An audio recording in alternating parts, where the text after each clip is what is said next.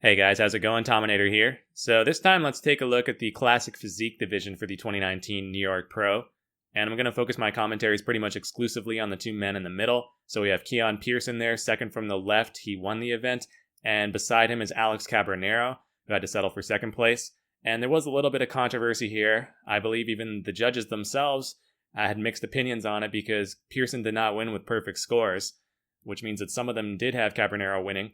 And I'm going to be perfectly blunt with you guys. If this was the 212 class, if this was the open category, I think that Cambronero should have won because he was a little bit taller, a little bit wider, had a little more muscle mass, a little bit harder conditioning, probably better back development.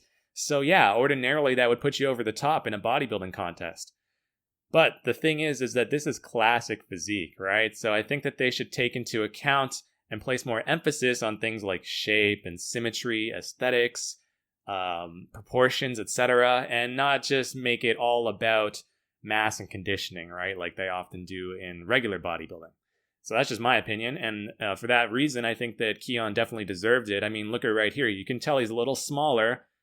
He's probably not as hard as Cambronero, but he's just got such a pretty, appealing-looking physique with that tiny waist, the nice taper, the flaring quads, bit of a vacuum that he's rocking there. I mean, it just screams classic. Cambronero, I believe, was actually a former 212 competitor, and you can kind of see that in his physique because he's more like raw muscle mass and stuff. Although more in the upper body, there's definitely a bit of a imbalance there between his upper half and his lower half. So in this front double biceps, I mean, you can see right here that Cambronero actually has much bigger arms than Keone Pearson, who himself has a good set of guns. But Keone's just have nicer shape. They have better separation. His lower body is obviously better here. And his waist is tinier. I mean, you got to give this one to Pearson. Looks like Cambronero might be out-angling him as well. So that could also account for the seeming size discrepancy between the two. But I do think he is larger. In the side chest, though, Pearson just has a weak chest. It's genetically not that great. He doesn't have a huge surface area to work with there, so I think it's always going to be something of a weakness for him, no matter what. I mean, just compare their chest sizes here. Cambronero's is like almost twice as big through the pecs, so I think you got to go with him on the side chest here. I do prefer Keone's hamstrings, though. When they turn around, I mean, just look at how Keone's legs, they just have so much more sweep and width to them, whereas Cambronero's look very stringy. But in terms of the back development, I think you got to give a slight edge to Cambronero. I think he's a little bit wider, a little bit denser and thicker. Keone, though, has made tremendous strides bringing up his back. I'm going to show you a little pic at the end where it's like a comparison of him at this show versus not even a year ago, and he has improved tremendously. But overall, you know what? I still think that in terms of balance, because when you got to factor in the lower body as well. And in terms of the outline that he carves, I prefer Keone in this one as well. But yeah, Cambronero through the upper body, I think, is winning. But downstairs, his legs let him down there. In the ab and thigh, once again, Keone's quads are better. But I prefer Cambronero's midsection because he doesn't have that unappealing looking gap down the center of his abs like Keone does. So in the standard ab and thigh, when they're hitting it like this, I think that Cambronero takes it.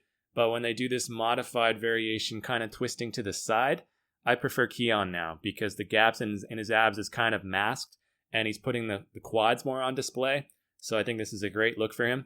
Whereas Cambronero, not really showing the quads off to great effect, and he's really only kind of showing you half of his abs here.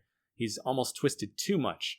So I would give this version to Keone, but the standard head-on one, that goes to Cambronero, so it's kind of 50-50 on that pose. In the Classic Physique pose of their choice, they both pretty much strike almost the same one.